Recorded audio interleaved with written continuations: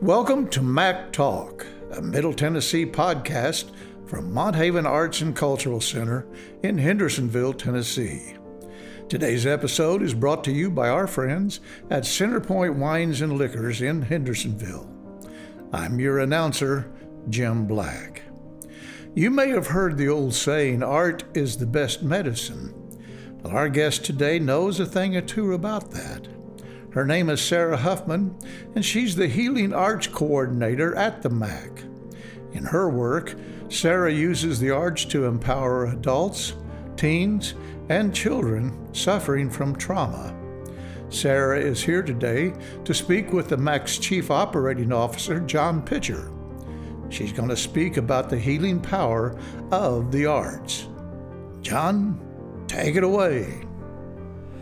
Thank you, Jim, and welcome, Sarah, to MACC Talk. Thank you for being here. Thank you for having me. Well, let's just start off with the basic question. Tell me a little bit about yourself and how did you become a healing arts coordinator?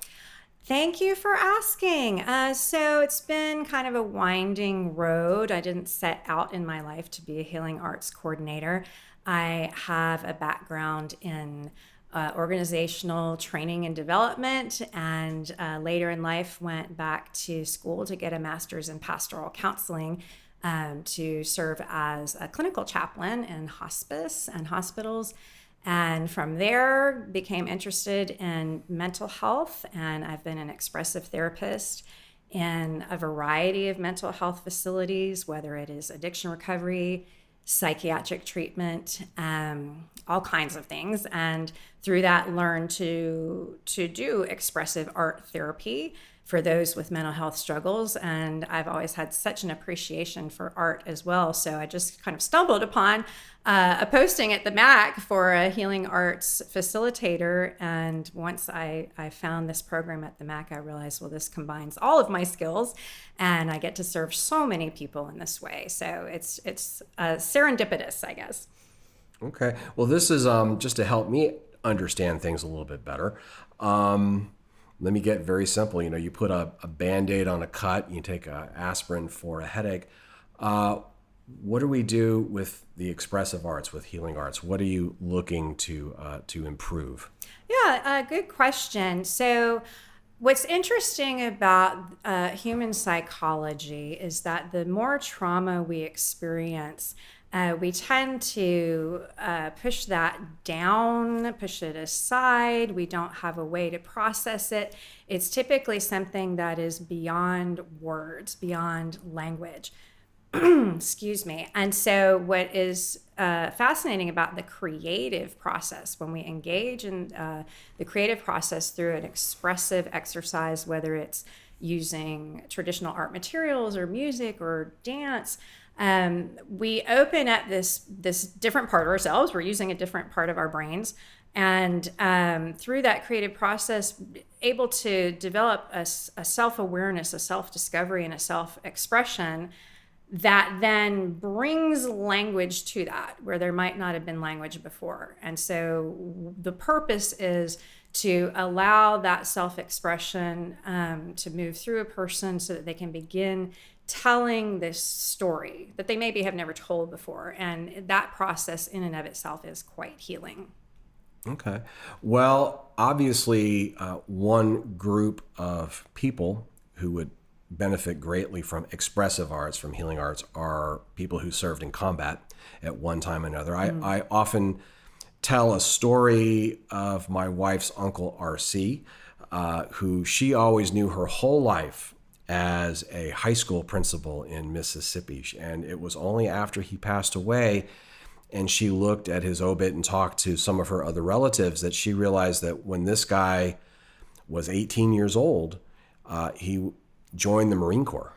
And he was one of the first battalions to land on Guadalcanal in the Pacific. And she never knew about it. He never talked about it. And later, I learned of so many other veterans from World War II who, they all served, but they never talked about it. And so I tend to think about that kind of person when it comes to someone who can benefit a lot from the healing arts. They sort of go into a shell and protective shell, and that's where they keep themselves. And I know you have worked with lots of military veterans, and I thought I'd actually read something from one of them. It's an Army veteran named Trish. And Trish says, "There is chaos swirling in my head all the time. I always feel overwhelmed, and it's hard just to take care of myself and try to get through the day. I am doing my best to make the decision to leave my house sometimes and face the world. It helps to come to this art class to see other people and to focus on creating something. This is really the only social interaction I have. It's hard to come sometimes, but I don't want to miss it because it helps me stay focused, feel less anxious, and actually enjoy my day." I know that we have a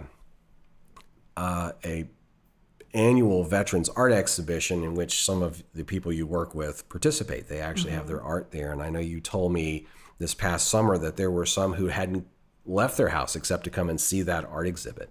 Yes. So I want to touch on a few important things that you mentioned here, starting with that experience, your personal experience, not even knowing that someone had been in combat. Is not unusual in the past, especially. Now we have a little bit more of a mental health focus in our general culture, but those who have experienced something so far out of the ordinary, out of our ordinary human life, like combat or like severe abuse, you're exactly right. We tend to get inside of a shell. We don't know how to express that, if we should even express it, and who would possibly understand it. And these are the things that I hear over and over again when we have groups, whether it's with veterans or others who have had these extraordinarily difficult life experiences. And so, yes, what we do as human beings, if we keep that inside and tuck away those experiences that we don't know how to make sense of, we also tend to isolate ourselves. And what I hear over and over again is, I don't know how to function in normal society, carrying these things around. If I go outside, will somebody see this? Can they see these things on me, in me? How do I talk about it? How will I be accepted? And what is wonderful about these healing arts groups is that we will have individuals with shared experience, with a similar experience. And after we go through these exercises with a creative prompt, the most important part of the group is sharing it with one another, sharing what they experienced in that creation, what thoughts and feelings, memories, events it might bring up. And when one person, opens up a little vulnerably and says, well, this is what happened in my life, and this is how I'm managing, and I may not be managing very well, that allows somebody else to say, oh my goodness, well, I feel the same way, and I thought I was the only one. And so just to make a connection with others, vulnerably, authentically, that can allow somebody like Trish, whose words you quoted there, feel like, well, I can come out of isolation, and I can actually be seen. I can be myself and be accepted. So the levels of healing are really quite extraordinary. Mm-hmm. Well, when you meet someone like this as a facilitator, how do you work with someone like that? What are the first things you do? That's a good question. I think that there's a reason why our healing arts facilitators, we train to only work in groups.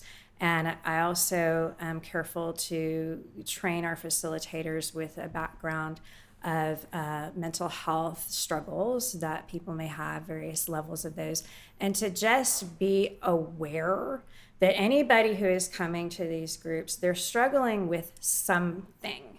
And our job is to be very compassionate, non-judgmental, encouraging of this person to engage in this experience, and to hold awareness that engaging in this process can be really difficult, really challenging, And we are there to hold space for whatever happens, again, without judgment, and really just create this safe environment for whatever expressed is going to be okay to express.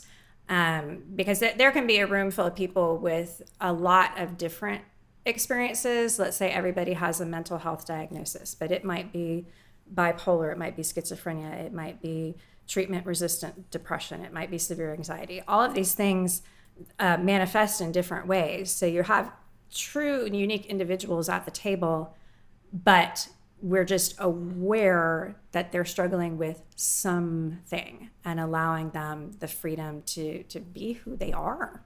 Mm-hmm. Well, and I can understand certainly in the military, like I was mentioning my wife's uncle, RC, he'd been in high school, and then all of a sudden he was at Guadalcanal, and, Japanese soldiers with bayonets were charging their positions, trying to get, that airstrip that they had built, tried to take that back. They didn't want to give that away. And he's a tough Marine. Mm-hmm. You work with, these guys in the military. Is that in and of itself a bit of a challenge, because these guys, they don't want to necessarily appear vulnerable? Yes, and it's always interesting. I've heard many times over at one of our community partners, the Veterans Recovery Center in Murfreesboro. I'll have, you said it, tough Marines, that's who I have in mind, whose counselor suggested they come to this therapeutic art group.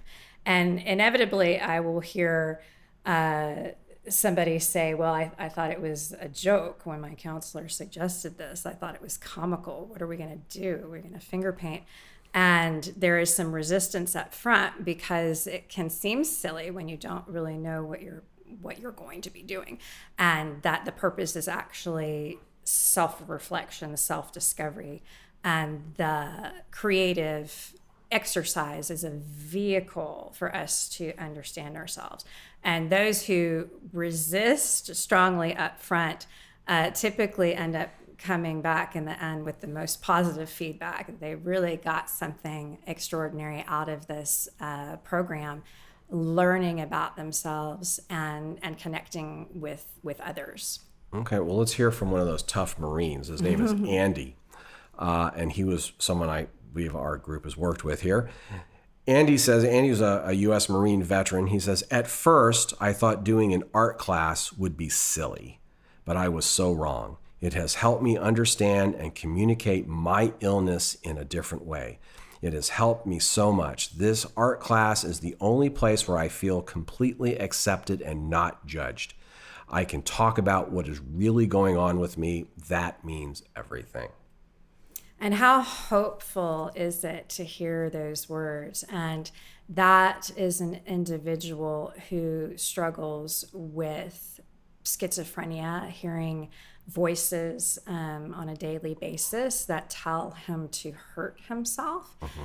And he has explained to me that he doesn't want to leave home because the general population doesn't have an understanding of his illness. Sometimes his family doesn't have an understanding of his illness. And how can he explain it to them in a way that doesn't sound scary? And he will say how movies represent people with severe mental illness as serial killers. And he's told me over and over, I've only ever wanted to hurt myself. That's the result of this illness. And so going through this process, and I can picture Andy in my groups very clearly, his ability to connect with his inner environment and create these pictures that visually show what these dark voices may look like. And so he has these pictures with, these surrounding demon-like figures, and he's able then to point to those images that he created and say, this one tells me this, and this one tells me this. And, anyone who's watching and listening to him, even as a family member, like he said, he can explain his illness better to his family. All of a sudden, your heart just opens up with so much compassion. how difficult it must be to walk around every day trying to manage what is going on in his head. And I think it was very freeing for him and so many others to be able to have this way of trying to describe what's going on, and that picture, that image. The reason why they say there's a picture paints 1,000 words, it really does. And so yes, he's not alone in feeling how helpful this process is. Is the group environment really helpful for these guys? Because I guess they're sort of in their shell, they're in their what they perceive to be their safe space. But they see that there are other people who have this exact same feelings, and they understand, they empathize, they don't judge. You're exactly right. And there's been a lot of research on the positive effects of group sharing, whether it is mental health community or small group community in churches, things like that. But to be in a group of people with shared experiences, you're exactly right. When somebody starts to share and another person hears and says, oh, okay, well, that sounds familiar. Or on the flip side, it could be someone walking in who has been very isolated and thinking, I am the only person who has endured these difficulties. And inevitably, you're going to hear somebody else in the group who has endured much worse. And that brings a twofold effect. One is this perspective of myself. Okay, I've been through some things and I'm trying to manage some things, but it could have been worse. And then secondly, it opens that person's heart up to reach out to another person. So there's connection that occurs in these groups, which is particularly hopeful and particularly important for those who tend to isolate otherwise. And the best thing that you see is when people actually make friends. They're not just coming to group, but then you'll hear, we went to lunch the other day. It's kind of shocking, to be honest, when that happens, and it's warms my heart more than anything else, because that's really the ultimate goal with these groups, is that we're improving people's lives overall, allowing them to see that they took a risk coming to the group. Okay, well, if I can take that small risk and this is going well, what else can I try to do? Can I make a friend? Can I go do something out in the world? And we do see that. It's so rewarding. Well, I don't think people are meant to be isolated. They're not meant to be alone, are they? We're a group species. I agree with you completely. So these folks, they need to find a way to get back into the group, into that setting, even if it's going out to have lunch. Absolutely. And that again, making a friend means the world. It means you're not sitting at home alone in the dark, depressed. And as a person of faith, I believe that God designed us to be in relationship with God, to be in relationship with other people, and also to be in relationship with ourselves. And these are all the things that we're encouraging through these groups. Right. Well, that's the whole idea of a covenant. I have a wonderful picture of you here holding up some artwork that some of your participants have done. And I would love to hear you talk a little bit about some of the exercises, some of the art that you create. Absolutely. So in the picture that you have, I'm holding up a mask that has been painted by one of our participants in a veterans group. This mask project is one of the most powerful in whatever setting, whatever population we're working with.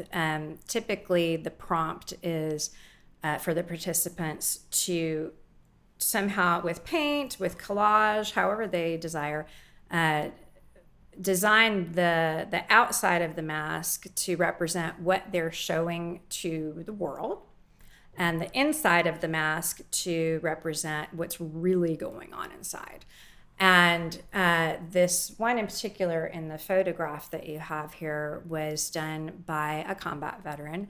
And he, on the outside, has these very organized lines of red, white, and blue. And I remember him saying, well, this is because I want to appear and give off my patriotism and my support of other people and my professionalism.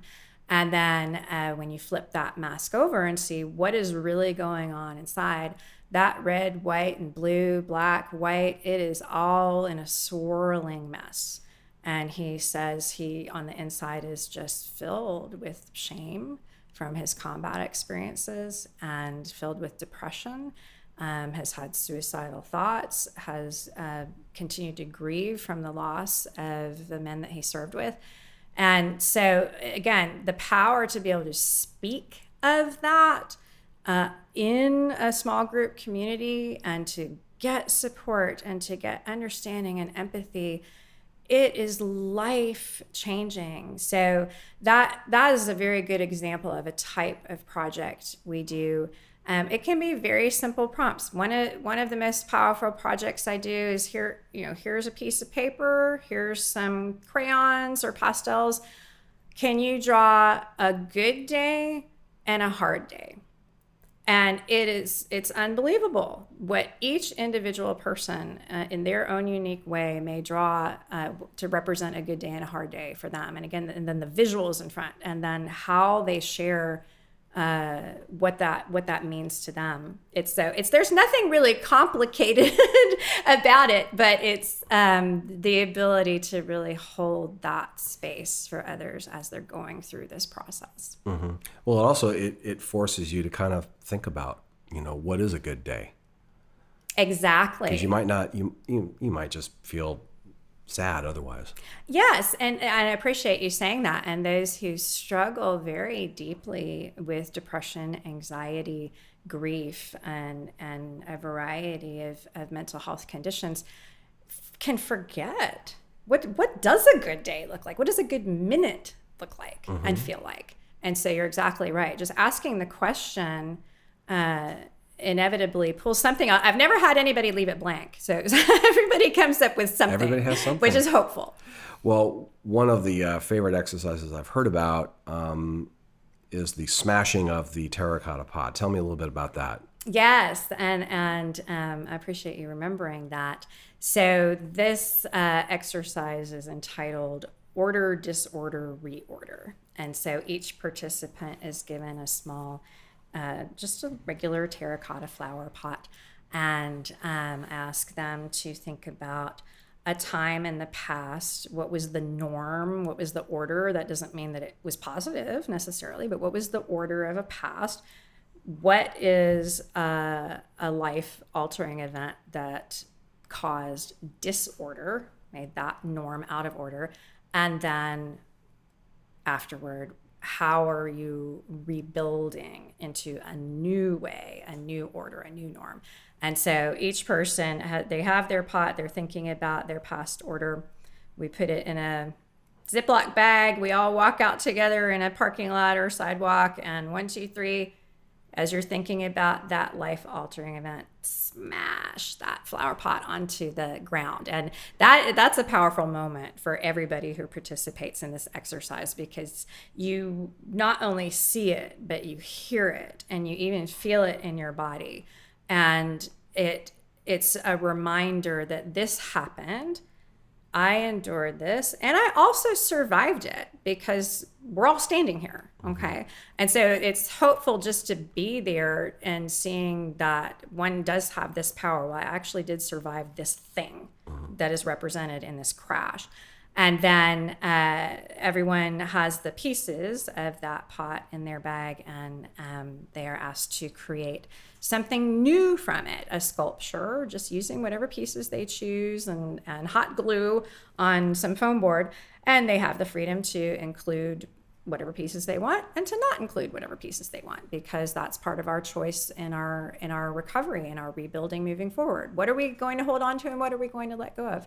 It's a very powerful exercise because it shows that we're empowered by those very choices. We're empowered by the ability to survive, to recover, to move forward. And in every moment, we have a choice. And so again, when people share about what this represents to them, it helps make meaning of something that could have been so difficult, and again, so out of the ordinary. To make meaning of it in this recovery language is what is hopeful and powerful. Well, I love the metaphor of it, because you're rebuilding a life, right? And it's not necessarily going to be the same. Exactly. And it can't. But it could be better, or it could be, or different is better, perhaps. You're exactly right. And this is part of the letting go. It can't be the same. And in that metaphor, even if you found every single tiny little piece and glued it back together, it's not the same. And neither are we as we go through our life experiences. But yes, just the very act of being able to create something new is hopeful. Mm-hmm. Well, military veterans are obviously one group that would benefit greatly from expressive arts. Who else would benefit from it? Honestly, everybody. And I mean that sincerely. We are all walking around with some degree of psychological weight, which is unprocessed feelings attached to life events. So all of us have some degree of unprocessed grief, anger, sadness, anxiety. And so, yeah, we have opened these groups up to just the general population, and have gotten such positive feedback. And people will say, well, oh gosh, I knew I didn't feel quite right, but I didn't know why until I went through this creative process and this process of self-discovery. So that's really, baseline, yes, everybody.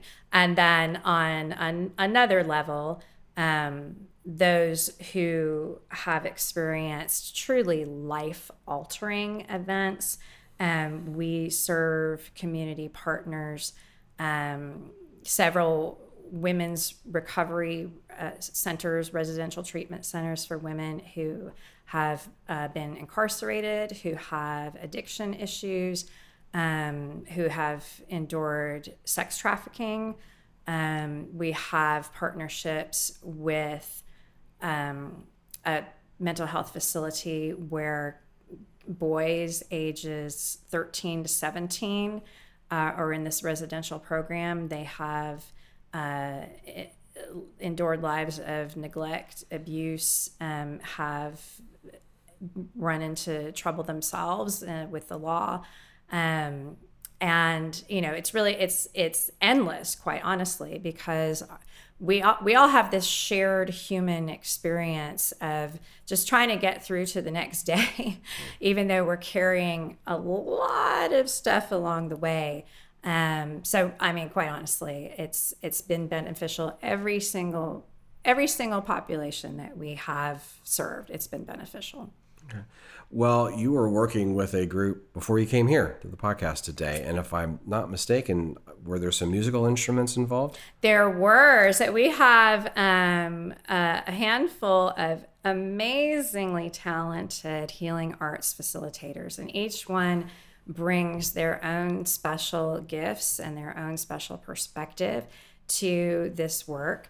And so, yes, just today, myself and another one of our facilitators, Brianna, hosted a private healing arts session for a recovery group, adult children of alcoholics. And their request was to have a workshop that focused on reconnecting to play, which can be very difficult for those who have had a lot of childhood trauma and have had to spend their entire lives, especially in the developmental period, just trying to figure out, how do I stay perfect? How do I address all the issues that are going on, make sure all the pieces are together?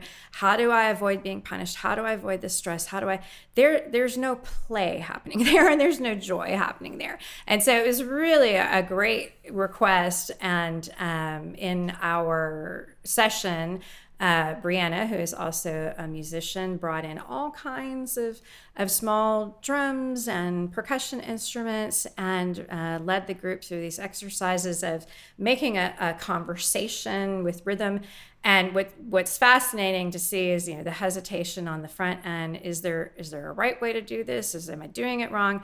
And then eventually letting go and just having fun creating that sound in the moment. And so it's a wonderful process where you see that tenseness in the beginning, letting go and relaxing. And so yes, it's not always through traditional visual art materials. We do a lot with music and movement as well. Right. Well, I was trying to avoid the more pointy-headed term of intermodal, but that is sort of partly what you do with expressive arts, right? You use different kinds of art forms, whether it's dance or music or words or visual arts, to whatever it takes to sort of bring people out of their isolation. Absolutely, you are correct. There are so many different creative ways that we can express ourselves. And I find it's good to offer a variety, because something that resonates with one person may not resonate with another. And today, for example, we started with the musical instruments, and then Brianna led the group through this playful painting exercise. And when the participants were sharing at the end, one said, I wasn't so sure about the musical instruments because I don't really feel like I could engage in that well. But when we did the painting, I felt like I could really open up. And so, yes, there are so many opportunities for us to engage in creative expression. And it reaches different parts of us when we do so. Moving, just dancing around, that's different. It's a different feeling, and it's a different way of processing than drawing a picture. So yes, the intermodality is important. I like the pointy-headed word. No, I like it too. I like it too. Well, tell me a little bit more about what are the just overall benefits that you're looking for. Oh, sure, absolutely. So, engaging in a creative exercise in the way that we present it in the healing arts. The purpose is to connect to our inner environment, to build self-awareness. What are the thoughts and the feelings and the memories, and what is going on inside me? Because daily life, we tend to ignore those things because we're working and we're getting our errands done and we're just going through that checklist. But we're all carrying something underneath there. What are these thoughts and feelings that may be affecting the quality of my life?